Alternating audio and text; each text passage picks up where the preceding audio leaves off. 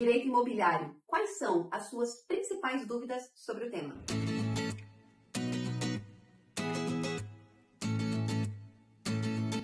Sejam muito bem-vindos a mais um Advocacia, a mais um vídeo aqui do nosso canal. E hoje a gente vai falar sobre direito imobiliário. Eu tô aqui com a doutora Maiara Morigi, ela que é especialista na área, né, doutora? Ela que atua muito nessa área de direito imobiliário, nessa parte de contrato, que é onde a gente já identificou que tem muita deficiência, né? Tem muito erro, que custa caro, né, doutora? Custa. Não custa barato. E ela vai conversar com a gente um pouquinho sobre isso. Doutora, muito bem-vinda, obrigada aí pela sua participação no nosso canal. Obrigada, bom dia a todos. Vamos esclarecer todas as dúvidas que vocês têm, então. Então vamos lá. A primeira pergunta que a gente preparou para a doutora é: quais são os principais cuidados que uma pessoa ela deve ter ao assinar o contrato de compra e venda de um imóvel? Assim, o primeiro ponto é, depois que você achou o imóvel dos seus sonhos, é você verificar se este imóvel ele está apto para ser vendido. Certo. Então você vai atrás das certidões negativas do imóvel para saber se não tem alguma dívida. Você vai pegar a matrícula atualizada, a matrícula de inteiro teor, para saber se não tem ali uma ação judicial nesse imóvel. Você vai pegar os documentos do vendedor para ver se ele não tem processo, se ele não tem dívida. E quando você definir, o imóvel está apto para um negócio jurídico, daí a gente vai para a parte 2, que é elaborar um contrato com todas as cláusulas de forma clara, especificada. O objeto do imóvel tem que estar tudo certinho, a forma de pagamento, as penalidades, possibilidades de rescisão. Não é a ideia, mas a gente sabe que pode acontecer. Então, o contrato é muito mais que um documento. Ele geralmente vai ter várias folhas justamente para prever possibilidades. Se isso acontecer, tem tal previsão. Se tal coisa acontecer, tem tal previsão. Então, é muito importante que ter esse cuidado de analisar tudo isso antes de você ir lá e assinar efetivamente a sua compra e venda. Então, assim, doutora, a gente vê que é muito comum as pessoas acharem que elas dão conta de contratar sozinhas, né? Aí elas vão lá, onde no Dr. Google, ou enfim, pega num site aleatório lá. E quais consequências que você já sinalizou na tua prática, assim, que você falou, meu Deus, que aberração foi essa? No escritório eu recebo muito cliente com um contrato, que, eu fiz um negócio, pegamos o contrato da internet mesmo, e eles falam que pegaram da internet. Só que daí você vai ler o contrato e fala, não tem prazos para entrega do imóvel, não tem prazo para regularização. Na verdade, a pessoa nem verificou se esse imóvel estava apto. Aí o imóvel às vezes tem um problema ambiental, que eu já vi acontecer. O imóvel tem inúmeras ações judiciais. O imóvel às vezes está penhorado numa ação judicial. Inúmeras questões. Ou até em processo de inventário. Que esse imóvel está. Exatamente. Não que isso seja um problema. Porque a hora que terminar o inventário, você vai poder ter a transmissão da propriedade. Mas no contrato precisa ter esses prazos. E já aconteceu de chegar contrato lá que só tinha prazo para pagar. Pagar. Mas o prazo para pegar, para a pessoa regularizar o imóvel e efetivamente entregar, não tinha. E daí a pessoa, o que acontece? Eu já entreguei meu dinheiro e eu não tenho meu imóvel. Ou eu entreguei todo o meu dinheiro e eu simplesmente não consigo ter esse imóvel porque ele tem pendências.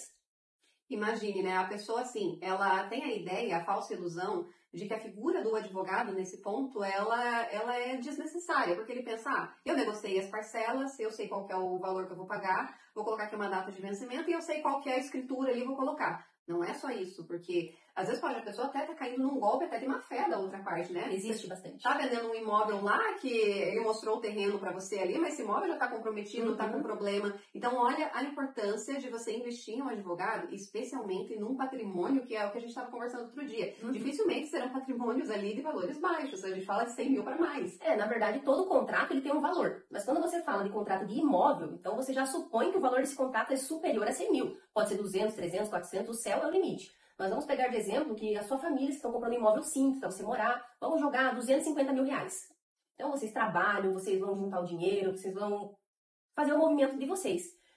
Vocês vão pegar o dinheiro de vocês, o patrimônio inteiro de vocês e vão colocar num negócio incerto, num negócio que você não sabe se está apto para acontecer, porque o imóvel pode estar todo enrolado, para saber se o negócio existe, para saber se o vendedor é o vendedor. Sim. Porque às vezes a pessoa que está te vendendo não é o mesmo nome que está na matrícula, e correr o risco de perder ali todo o seu investimento, todo o seu trabalho, por causa de algo que eu chamo de economia boba. Exato. Você já está gastando 250 mil no imóvel, não custa você gastar um pouco mais para pegar certidões, para ter uma revisão de um especialista e garantir. Não, esse negócio vai acontecer, é um negócio legal, está dentro das leis, o contrato ele é equilibrado e no final vai dar tudo certo. O objetivo do contrato é você me entregar um imóvel, eu te entregar um dinheiro. Esse é o objetivo do contrato, equilíbrio.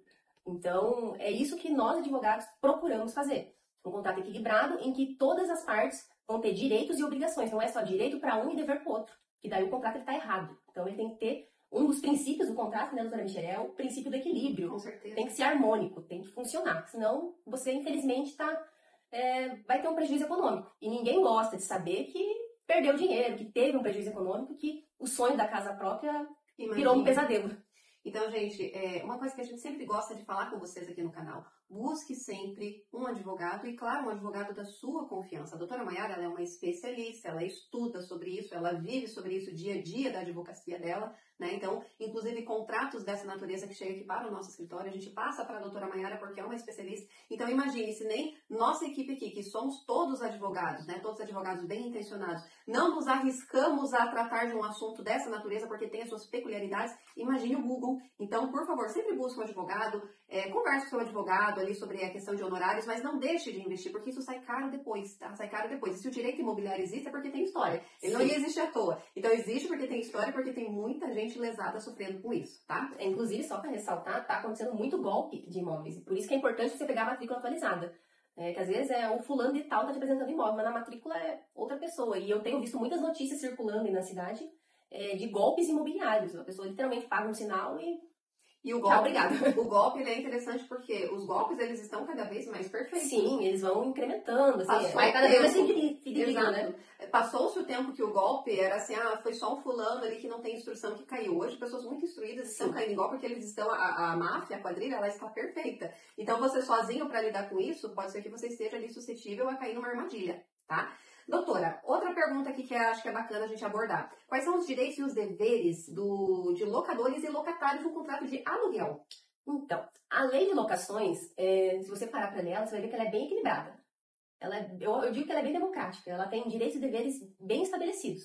Então, uma leitura muito clara ali, você sabe exatamente como que funciona. Mas, no geral, o locador ele tem que o quê? Ele tem que te entregar um imóvel em perfeito estado de uso. Ele tem o direito ali de fazer um reajuste anual dentro do padrão razoável, que são os índices legais.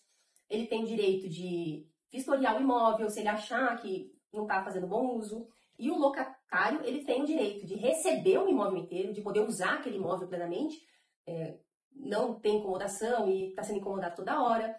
Mas ele também tem o dever de pagar pontualmente. Ele tem o dever de cuidar desse imóvel e principalmente, devolver ele no mesmo estado que recebeu. Os maiores problemas de contrato de locação, eles não acontecem no início, acontecem no final, quando a pessoa está saindo do imóvel. E daí vai fazer a vistoria e surge ali uma lista de reparos que tem que fazer. Essa é até uma sugestão que eu sempre faço. O meu cliente fala assim, eu vou alugar o imóvel, o que eu tenho que fazer? Exige a vistoria de entrada. A gente não faz a vistoria de entrada, mas exige uma vistoria detalhada e, principalmente, você tem que acompanhar a vistoria. Tem uma cliente lá do escritório que, na vistoria de saída, ela não acompanhou. Ela deixou irem lá sozinha fazer a vistoria e chegaram com uma lista. E ela falou, não, mas eu pintei o apartamento. E daí ela falou, não, eu estou falando que você não pintou. Não, mas eu pintei. Eu tenho os comprovantes. Mas o problema de você não ir lá junto é que você perde o direito de contestar. Sim. É muito importante. É quase assim, o mais importante. Não, se você não pode ir, manda um preposto, manda alguém no seu lugar, mas não deixa de acompanhar a vistoria do imóvel. Esse é um direito seu. Eu diria que até um dever, né? Porque é onde vai apontar ali os defeitos do imóvel, o que você fez e o que você não fez. E muitas vezes as dívidas dessa cliente mesmo estavam cobrando quase 16 mil reais dela na saída do imóvel. Olha só que dica valiosa essa. De coisinhas assim, tem que arrumar tal coisa, tal coisa, tal coisa. Ela falou, gente, mas eu fiz tudo. Eu pintei o imóvel, eu troquei não sei o que, tal, tô me cobrando tudo de novo. Eu falei, o bom da vistoria é que assim, você vai falar, não, eu pintei aqui, isso aqui eu troquei, isso aqui não tá estragado, isso aqui já tava. E você tem que ter a vistoria de entrada para você fazer a contraprova, né? Porque o imóvel tem que estar exatamente nas mesmas condições que estava na locação. Ele não pode, não é que você vai reformar o imóvel para melhorar ele, mas tem que devolver ele igual, né? Não destruído, sujo. E você também tem que conservar o imóvel, né? Cumprir com as obrigações contratuais ali da própria lei, né? É o básico, né? Vai cuidar do imóvel como se fosse seu. Tem jardim, você vai ter que cuidar dos jardins. Não vai deixar virar mato, entendeu? Exato. E isso aí pode custar caro caso você não faça essa... Porque primeiro é bom senso, né? Mas além do bom senso ali, a outra parte pode vir cobrar de você depois. Então é importante estar atento a isso. E acontece muito. São os maiores problemas. A pessoa vai sair do imóvel, a gente já sei que vai ter uma situaçãozinha ali. E... É mais quando você observa, então, que o problema, na maioria das vezes, está na entrega do imóvel. Na entrega. A maioria dos problemas é na entrega. Na hora de assinar o contrato, como eu falo, é sempre alegria. Alegria, Sim. achamos o imóvel. O problema vem depois que você assinou o contrato, depois no contrato de locação é na hora da saída. E assim, doutora, o que é necessário para registrar um imóvel no cartório ali de registro de imóveis? Você vai precisar, não é um contrato, geralmente quando você compra um imóvel a gente faz um contrato de gaveta, né, que é um contrato que nós falamos antes, mas o documento que você vai registrar no registro de imóveis é a escritura pública, você precisa ter uma escritura pública, as certidões negativas do imóvel e a guia do IPBI Paga. Sem isso, você não vai se tornar proprietário desse imóvel. Daí tem até o ponto de atenção. Uma coisa é a posse, outra coisa é a propriedade. São dois termos diferentes. Para você se tornar um dono pleno, você tem que ter a posse e a propriedade. A posse é você estar com as chaves do imóvel e poder se mudar para ele, habitar ele, usufruir dele, do espaço. A propriedade é nome da matrícula. Eu até ouso falar que só é dono quem é proprietário. É verdade, interessante isso, né? Então, outra pergunta, doutora, até aqui já para a gente finalizar. O fiador, ele pode perder a própria casa devido à fiança? Infelizmente, sim. Olha, ó, cuidado então para você que vai ser fiador, hein? É muito importante, eu falo que as pessoas saem assinando contrato assim, a modo louco. Elas não leem o que elas estão assinando. Elas cedem um nome que é um patrimônio muito maior, exatamente. Né? E a fiança, ela virou uma exceção na empenhorabilidade do bem. Por exemplo, eu vou dar um exemplo do escritório. O locatário saiu do imóvel e deixou um monte de dívida. Quem que vocês acham que paga as contas, que paga tudo? É o fiador. Meu Deus. Todo mundo que me liga para fazer acordo das execuções é o fiador. É o fiador que paga. O locatário não tem dinheiro e é o fiador. E se, numa eventual hipótese, o fiador não tem dinheiro para pagar, mas tem um imóvel, esse imóvel ele pode vir a ser penhorado e ir a leilão para pagar essa conta oriunda do contrato. Olha só. É muito importante. Aí você pensa, mas a dívida não é minha, eu assinei só para ajudar o meu amigo. Gente, vocês não podem assinar um contrato para ajudar uma pessoa. Quando você está colocando o seu nome no contrato, você está assumindo uma obrigação. Eu até falo, quem assina de fiador tem que ter a ciência que aquela dívida é tua. Aquela dívida é tua. Porque ainda mais os contratos a gente faz com renúncia do benefício de ordem. Você e o locatário, vocês podem ser cobrados, não é assim, só se ele não pagar. Não. Você é devedor solidário e principal. Se o locatário não pagar, você vai pagar. É imediato. Olha só, gente, então aqui nós esclarecemos aí algumas dúvidas. Claro que direito imobiliário é extenso, né? Qualquer dúvida que você tenha, você pode estar nos contatando aqui, ó, no nosso WhatsApp, que tá aqui na tela, tá? A doutora Mayara vai ter o prazer aí de conversar com você. E já aproveita e segue as nossas redes sociais. Aqui na descrição vai estar o nosso Instagram do escritório, o Instagram da doutora Mayara, para que você possa acompanhar aí tudo que a gente está falando sobre direito imobiliário e sobre outros direitos que podem ser do seu interesse. Um grande beijo, compartilhe esse vídeo para que mais pessoas tenham acesso a esse conteúdo e até o próximo encontro. Beijo grande e vejo vocês aqui.